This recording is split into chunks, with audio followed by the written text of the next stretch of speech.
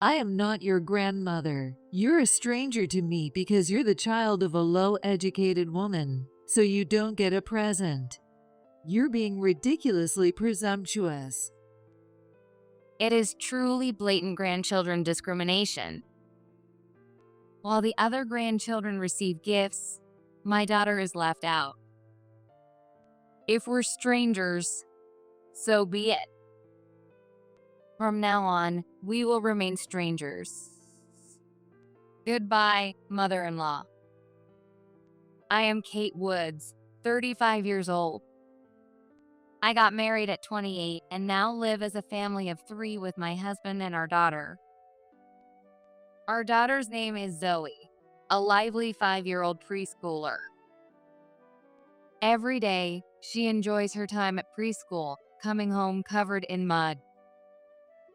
Her cheerful smile keeps me going through my busy days. However, this happiness didn't come easily. Up until recently, things were far from smooth. I grew up in a foster care facility starting in middle school. My dad passed away in a car accident when I was little, leaving my mom to raise me on her own. But the burden must have been too much. When I was in middle school, my mom also passed away. With no relatives to turn to, I ended up in a foster care facility. There were younger children there, each carrying their own family struggles. As one of the older kids, I naturally took on the role of looking after them.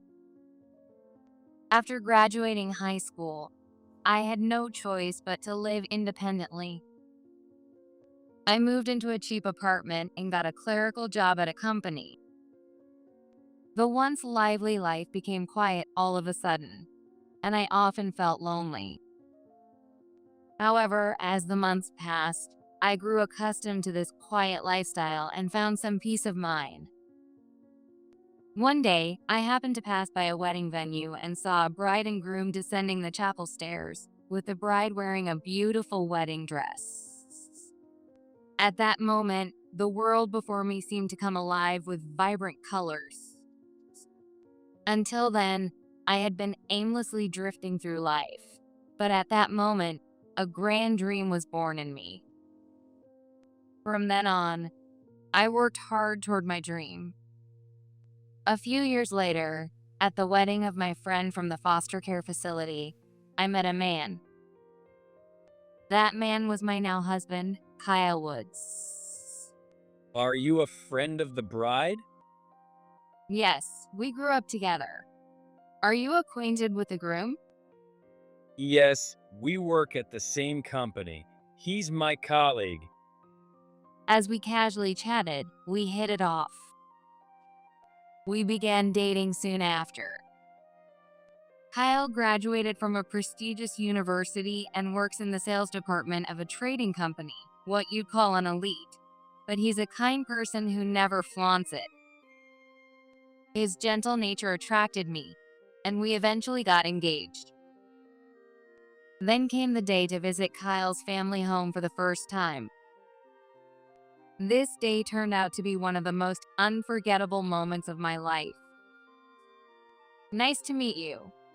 I'm Kate White, and I'm dating Kyle. Wearing a brand new blue dress I had chosen for this occasion, I greeted his family. Kyle's father had passed away a few years earlier due to his illness, so his mother lived alone.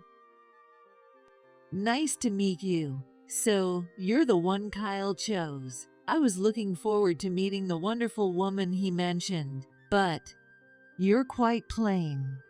Well, that was an unexpected punch right from the start.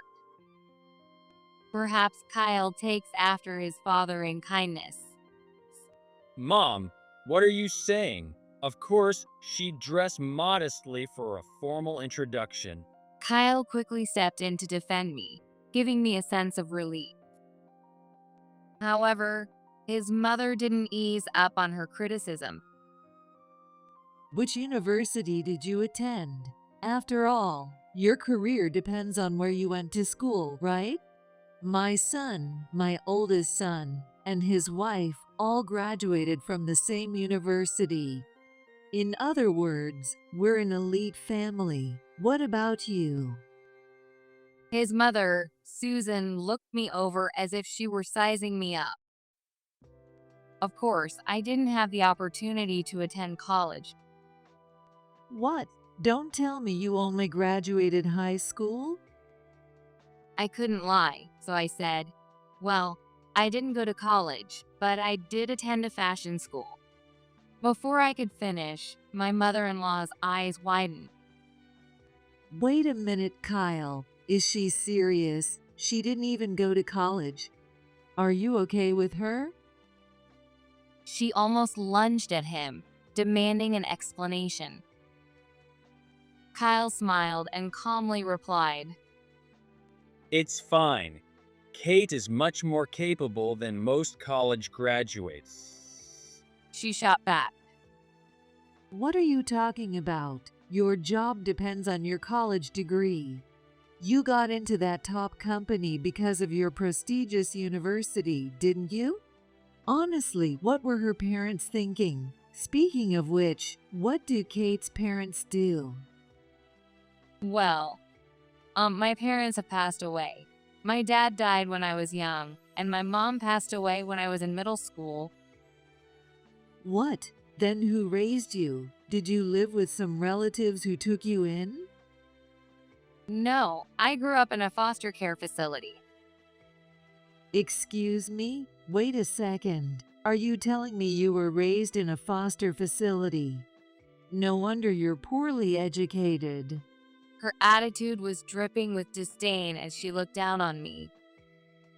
Kyle, break things off with this girl. Someone raised in a foster facility can't possibly turn out well.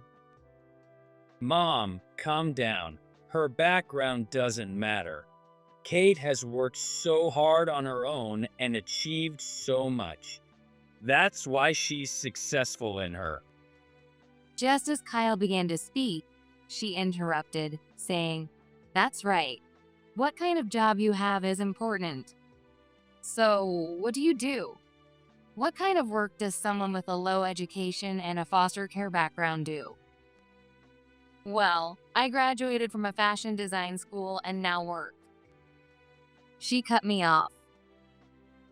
Fashion design. Do you mean standing in a store saying, "Welcome," and selling clothes? That's not even a real job. It's something part-timers do. Oh, I get it. With only a high school diploma, you can't do much better.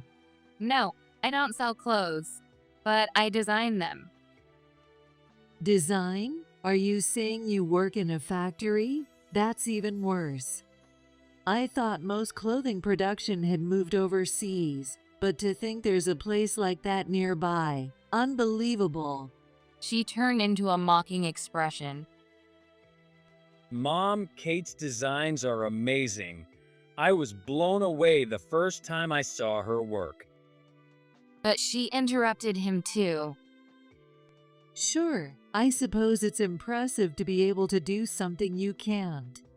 Especially since you were terrible at sewing, Kyle. I guess you'd find anyone who can use a sewing machine impressive. Well, she wasn't entirely wrong. Kyle did genuinely admire my work. Still, it's a bit much, isn't it, to think my son would call someone like this amazing. I thought he'd at least bring home someone more accomplished. Instead, he chooses a poorly educated factory worker. Actually, Susan, I tried to explain again. Don't call me so casually. Someone with no education or real career will just depend on Kyle's income after marriage, right? What happens to my monthly allowance then? Will it stop? I can't live without that money. Kyle, are you really going to marry this lowly woman and abandon your mom? Her focus shifted entirely to her own financial worries rather than the marriage itself. As it turns out, Kyle had been sending her money every month to support her since she lived off her pension. He had told me about this when he proposed. Her husband had passed away, and with no other income, she struggled to make ends meet on her pension alone. However, since it was difficult for her to manage on her pension alone, Kyle had been sending her financial support since he became a working adult. It seemed that my mother-in-law was projecting her insecurities about the future onto me, the uneducated one. Kyle sensed her insecurity and reassured her, "Mom, don't worry. I'll continue the allowance. So please, give us your blessing." And with that, we managed to secure her reluctant approval for our marriage. Still, on that day, she never once called me by my name. A few months later, we held our wedding ceremony. However, Susan didn't attend. I had actually prepared a surprise for her at the wedding. That's why Kyle had insisted she absolutely had to attend, but she didn't come. But she refused, leaving Kyle deeply disappointed. This wedding turned out to be a chance for me to get closer to Emma, Kyle's brother's wife. Emma already had her first child and was currently 9 months pregnant with her second. Despite her condition, she attended our wedding. I asked the venue staff to ensure that all of Emma's drinks were non-alcoholic and to provide a blanket to keep her belly and feet warm.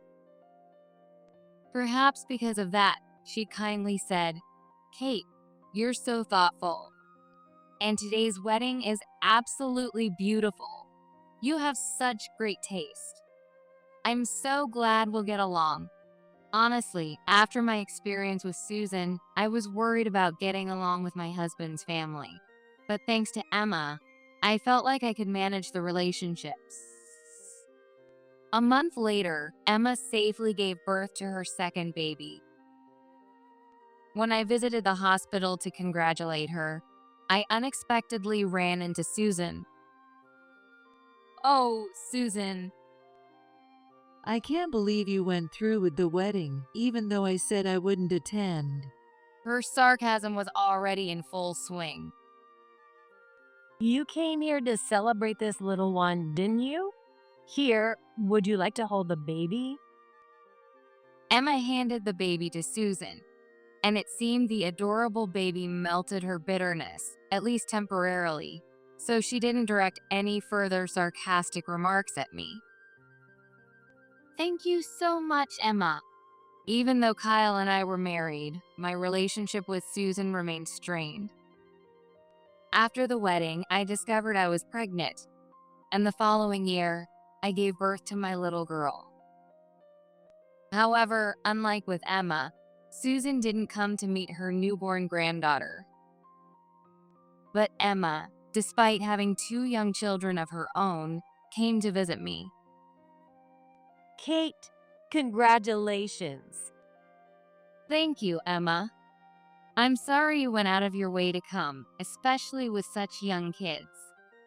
You've also given me so much advice during my pregnancy." Don't worry about it. As a fellow mom and your sister-in-law, it's only natural.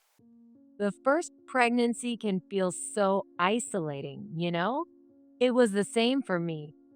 But since you don't have other family around and Susan doesn't seem like she'll show up. Yeah, that's true.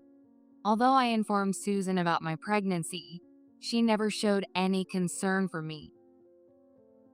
I decided not to force any interactions, thinking unnecessary stress wouldn't be good for my pregnancy. I took maternity leave and spent my days at home, relaxing before the birth. But as the due date approached, I couldn't help but feel anxious about whether everything would go smoothly. During those moments, it was Emma who often reached out to me. When I told her about my pregnancy, she immediately congratulated me. She gave me advice on how to deal with severe morning sickness and what to prepare before the baby's arrival. She was a dependable sister-in-law who truly supported me during a time when I felt so uncertain. And today, I finally gave birth without complications. While I was reflecting on all this, Emma gazed at my baby girl sleeping in her crib. She's so adorable. Girls really are different, aren't they? I have 2 boys, and girls seem so soft and sweet. Seeing your baby makes me think having a girl would be wonderful. I wish Susan would come to see her. I'd love for her to meet my daughter, but she still doesn't seem to like me. She contacts Kyle occasionally, but she won't see me. Now that she's had such a lovely granddaughter, things might change. I'll support you both in getting along, even if it's just from the sidelines. Emma said this with a warm smile. Unfortunately, not long after, Emma's family had to move overseas for a few years due to her husband's work. Kate, I'm so sorry. I said I'd help, but now we won't see each other for a while. My husband's work assignment doesn't have an end date yet, so I'm not sure when we'll be back. She came to tell me in person. Oh, don't worry about it. Thank you for always being there for me. You'll have so much to deal with, living abroad with such young kids. Please take care of yourself. After saying our goodbyes, Emma and her family left for their new life overseas. A while later, we decided to have a blessing ceremony for our daughter. The reason was that my mother-in-law lived alone, and the eldest son's family, whom she adored, had moved overseas. I thought she might feel lonely, so I invited her, but Susan, we're having a baptismal ceremony for Zoe soon. Would you like to come? I'd love for you to meet your granddaughter. What? You have the nerve to invite me like that? You're probably just fishing for a gift, aren't you? I can see right through your pathetic schemes. What? Kyle has become so greedy about money since marrying you, having a child when you don't even earn much. You promised back then. Promised. Susan, what are you talking about?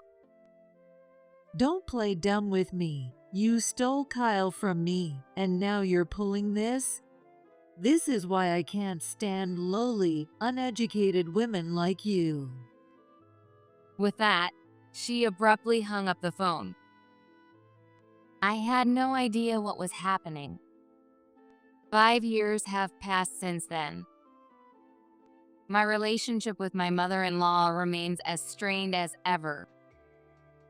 No matter when I visit, she always gives me a sharp, glaring look. But one day, to my surprise, I received a call from her.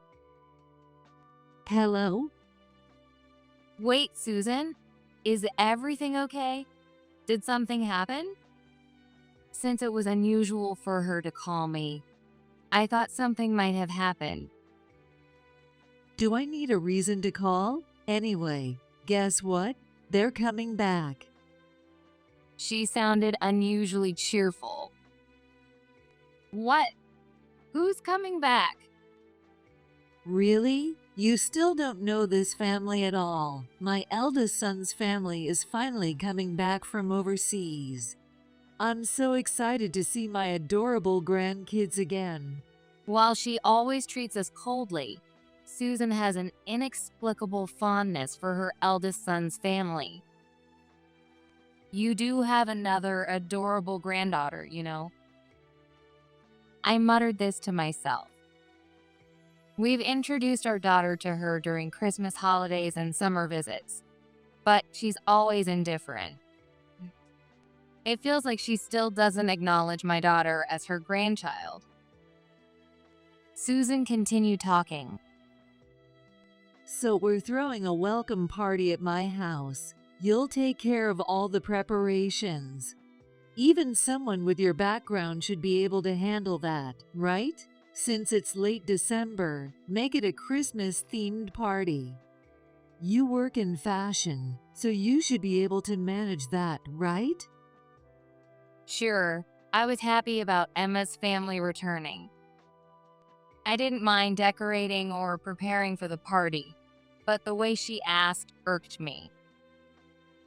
Still, Susan seemed to be in a good mood, and I thought this might be a chance to improve our relationship.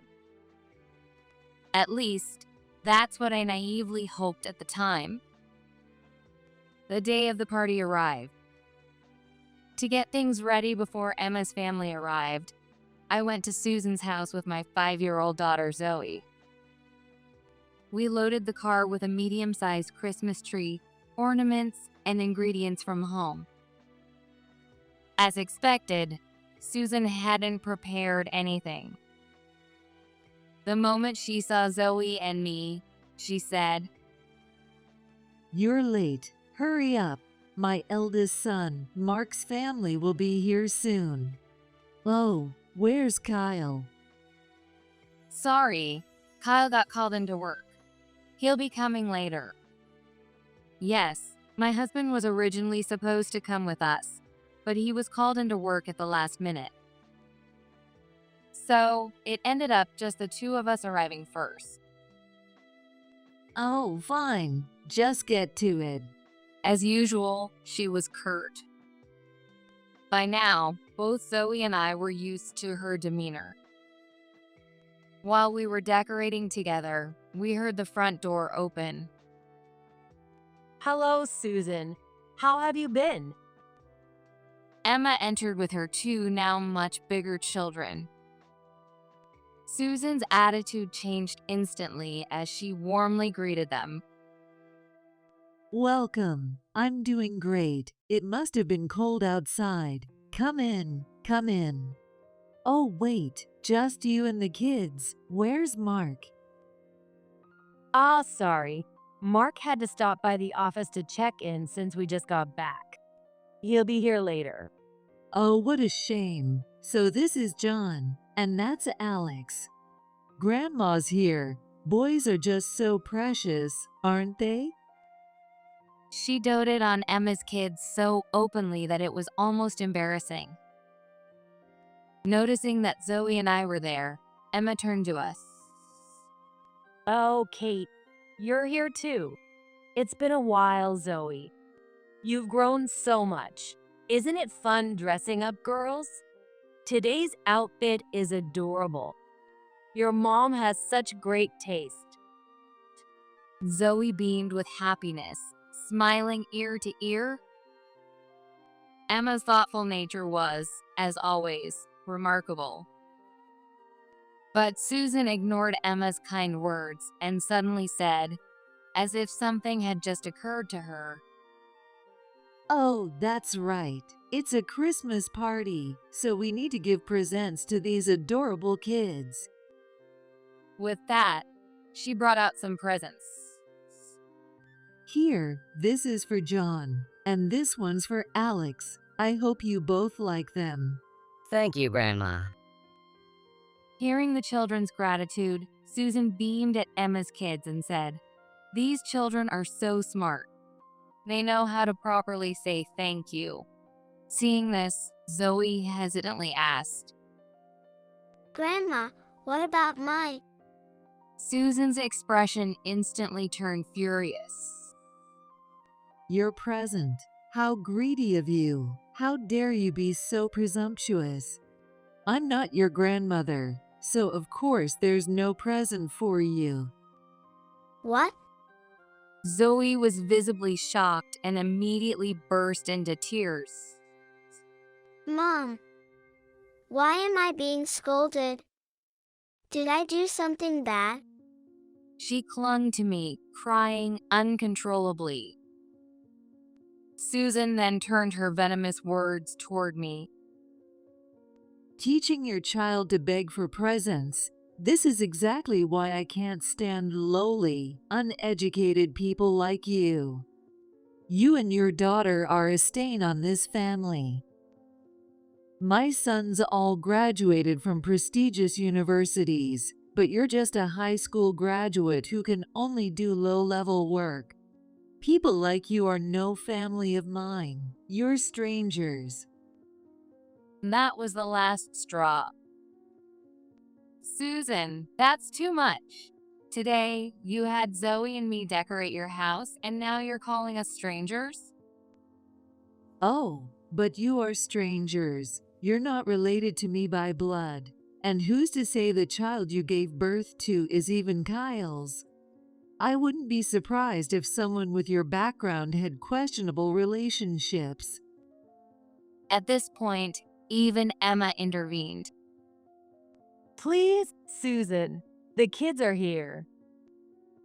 Oh, right, the kids are here. As expected of Emma, your level of consideration is just on another level. Can you see the difference here? There's a world of difference between someone like Emma, a university graduate, and someone like you without education. Emma, without me even asking, has been sending me monthly support. Over the years, she's given me about $10,000 annually. Thanks to her, I can live comfortably. Emma looked completely bewildered by this comment. Despite being reminded about the kids' presence, Susan forgot again and laughed haughtily. I cannot stand it anymore. Not only does she treat me poorly, but now she's treating Zoe the same way. I've had enough. I had endured so much because she was the woman who gave birth to my husband. But if she was going to make my daughter feel this way, I wouldn't tolerate it any longer. I made a decision then and there. Susan, please calm down. Emma tried to calm Susan. Emma, it was lovely seeing you today. I really wanted to enjoy the party with the kids, but given the situation, we'll have to leave early. With that, I left the house with Zoe. As I glanced back at Susan on the way out, she looked at us with a smug, disdainful expression. Just as we stepped outside, we ran into Kyle, who had just arrived from work. I told him everything that had happened. Kyle, I need to talk to you. I've tried to endure this because she's your mom, but I've reached my limit. I'm done with this promise. She always treats us as strangers, so I don't want to deal with her anymore. Kyle agreed with my decision. A month later, the doorbell rang. To my surprise, it was Susan. The moment I opened the door, she barged into our home. Is Emma here? Mark said she'd be here. Oh, there you are. Without acknowledging Zoe or me, she found Emma and sat down in front of her. Yes, Emma and her children were visiting that day. Having finally settled back after returning from overseas, we had planned to let the kids play while catching up. Susan, what brings you here? Ignoring me entirely, she forced a smile and spoke to Emma. Hey, Emma, did you forget something this month? What? Emma looked puzzled. Well, you know that. You've been so busy since returning from overseas. It's understandable if you forgot. Susan kept rambling to herself. Well, Susan, what are you talking about? I honestly have no idea. Don't play dumb. Oh, are you holding back because of that poor, uneducated person over there? As expected, Emma, your consideration for others is amazing. Don't worry about someone like her. Just ignore her. So, when can I expect this month's support? I have some urgent expenses coming up. What? Emma looked genuinely confused. Susan, I really don't know what you're talking about. Support? What do you mean? I'm talking about money. You've been transferring money to me every month, haven't you? Susan smiled awkwardly as she leaned toward Emma. Seeing this, Emma hesitantly said, Well, Susan, I think you might be mistaken. I've never done anything like that. For a moment, Susan froze. Never? Not even once? Now it was her turn to look bewildered. Looking at it, Emma suddenly said, Why would you think I've been sending you money? Have I ever said anything like that? Honestly, we don't have that kind of extra money. Susan pulled out a bank statement from her bag and opened it, saying, But the transfers have been coming in under your name for years. Yes, it's definitely being transferred every month. As Susan confirmed this, Emma leaned in and said, Susan, may I take a look at that? She then took the statement from her. Susan, this isn't my name. Look, it says Kate Woods, not me. What? Kate Woods? Wait, does that mean? She slowly turned to look at me. Well, Kate, are you the one who's been sending the money? What happened to her usual way of dismissively calling me you? For the first time, my mother-in-law called me by my name. It seemed she had always assumed it was Emma who had been providing the support. She finally muttered, But why would you do that? Why? Because you told me during our wedding meeting that continuing the support was a condition for you approving our marriage. So I've been doing it ever since. Oh, I guess I did say that. But before, wasn't the money coming from Kyle? Then it stopped for some reason. She seemed to be trying to make sense of everything but appeared stuck. So I explained. Susan, maybe you forgot, but I've never stopped the support. After the wedding, Kyle took on a mortgage for our new home, so I told you I'd take over the payments. Don't you remember? Well, I think you might have said something like that. She stared off into space. The truth is, we've been the ones providing her financial support all this time. When Kyle took on the financial burden of our mortgage, I took over the payments to her. I was sure I had explained that before. In other words, Susan had been misunderstanding the situation all along. Still looking flustered, she turned to me and asked, But how is that possible? You didn't go to college, and your job is selling clothes, wasn't it? Or no, wait, you work in a factory, right? I decided to correct her, once again. Susan, I don't work in a factory. I've told you this before. But if you make clothes, doesn't that mean you work in a factory? Either way, if you've been sending me money, I guess your income is better than I thought. For someone uneducated. Before I could respond, Kyle stepped in. Since it was his day off, he was home. Mom, isn't it time you drop this obsession with education? Kate has an amazing career. She's an up-and-coming bridal designer, for heaven's sake. What? Susan looked utterly baffled. You mean designer, as in someone who designs clothes? That's right. And not just any designer. Kate is a custom wedding dress designer who's been gaining recognition in the industry over the past few years. What? Yes, in fact, my profession is a designer, specializing in bridal wear. After leaving the foster care facility and working at a company, I felt unfulfilled in my job. At that moment, I saw a radiant bride in a beautiful wedding dress, and I thought, I want to do a job that helps someone shine like that. So I quit my job, worked part-time, and enrolled in a fashion design school.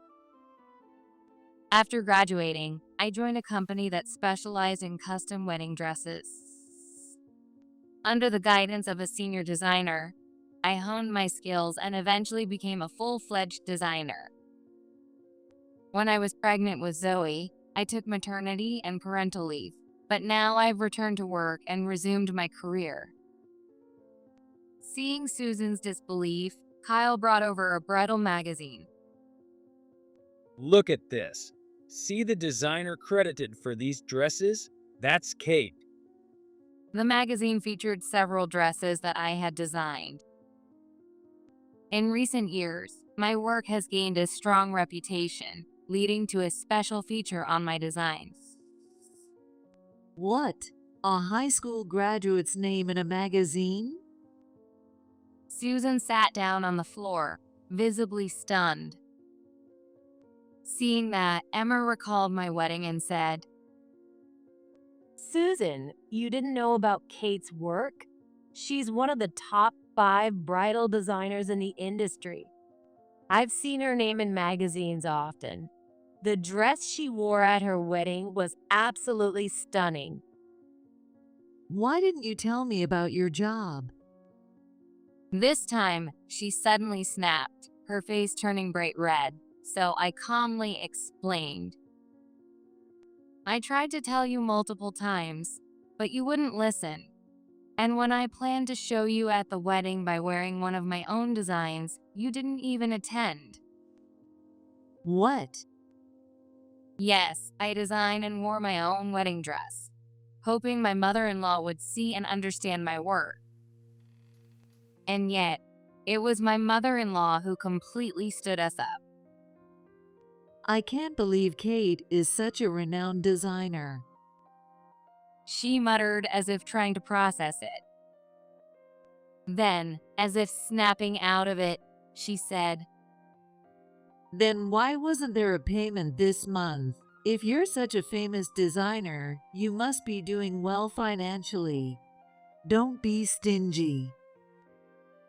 Susan, did you forget our conversation from last time? What? Who was it that called Zoe and me strangers recently? If you're going to treat us like strangers, I'll do the same. And strangers don't need to send financial support. So, I've stopped. Wait, but I had a trip planned with my friends this month. Without that support, my glamorous life is over. I won't be able to shop or go out with my friends anymore. Her face turned pale, as if the world were ending. Mom, Kate wasn't sending you money for your entertainment. She kept her promise from when we got married. Yet you misunderstood and then treated her and Zoe so poorly. Kyle shook his head. Susan turned to me, pleading, Kate, please don't stop your support. That money brought joy to my life. Without it, I'll have to live on just $650 a month from my pension. My life will become so dull. But you can still manage, right? I don't have the kind of volunteer spirit to give money to strangers. So, the support ends here. No.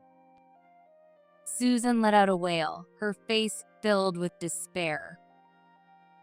But it seemed she wasn't giving up yet. With a forced smile, she leaned toward me. Strangers? Oh no, Kate, you're a cherished part of this family. Everything before was just a little misunderstanding, right? So how about resuming the support? The first smile she ever directed at me was purely for financial gain. She must have thought this would win me over, but it wouldn't. She might call it a misunderstanding, but Zoe and I endured painful treatment because of it. That's not something I could simply overlook.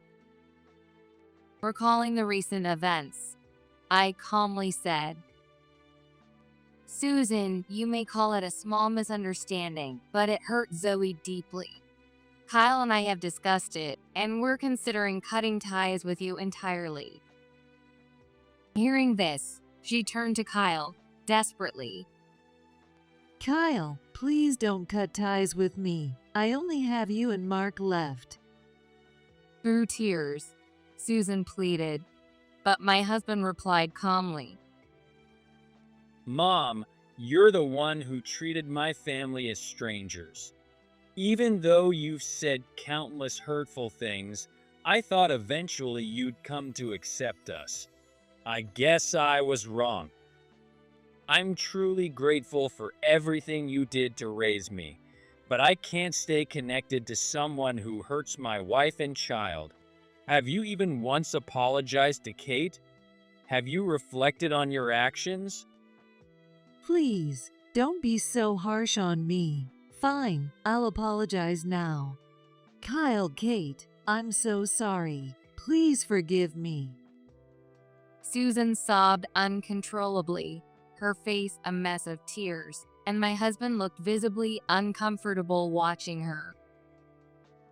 However, her final words seemed to solidify his resolve. I need the support money. Without it, I can't go out with my friends anymore. Without money, they'll stop associating with me. Sigh.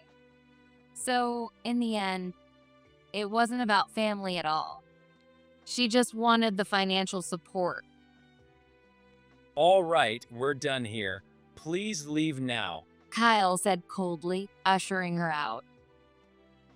After that, we cut ties with my mother-in-law, though we maintained a relationship with Emma and her family. However, Emma also had her own struggles with Susan. Apparently, after I stopped the financial support, she started pestering Emma's family for money instead. Emma, I really want to go out with my friends this month, but I'm short on cash. Could you send me a little support money? Apparently, she called with similar requests every month.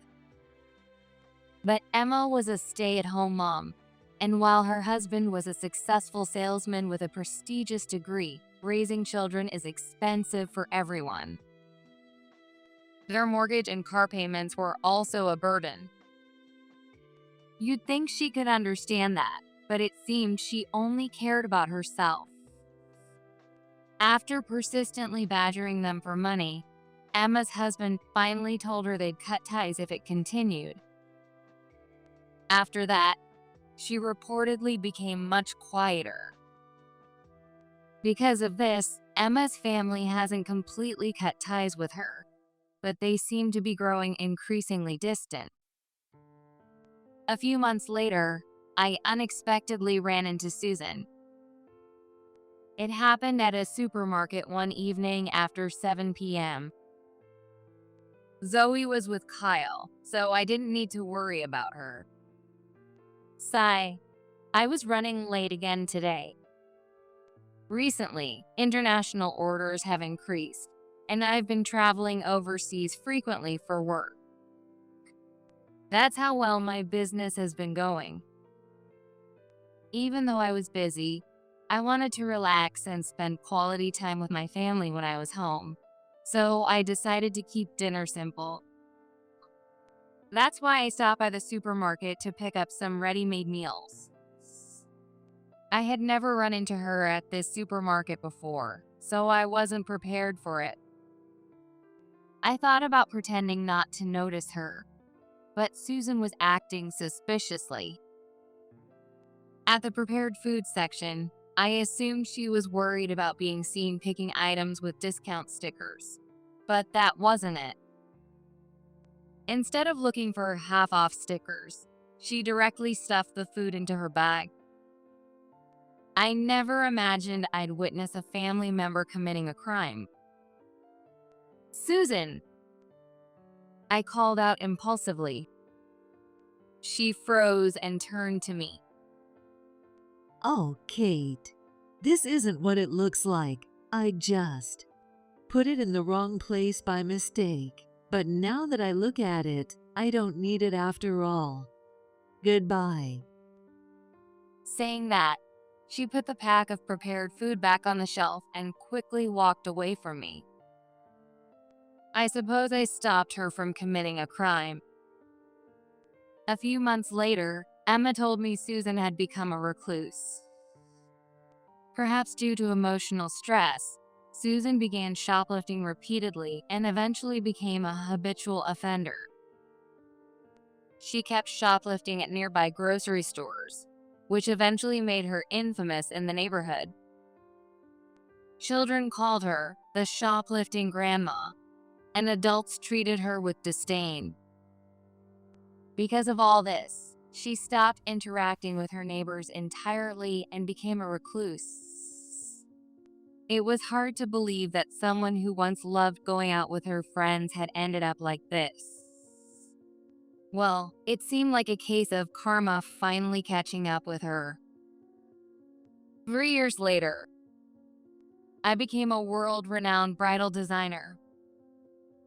My fame skyrocketed when a globally recognized artist wore one of my dresses at her wedding. Now, my work takes me all over the world. Mom, you're so cool. Someday, you'll make my wedding dress too, right? Thinking about my daughter's wedding, it's still far off in the future, but I vowed to keep working hard until that day.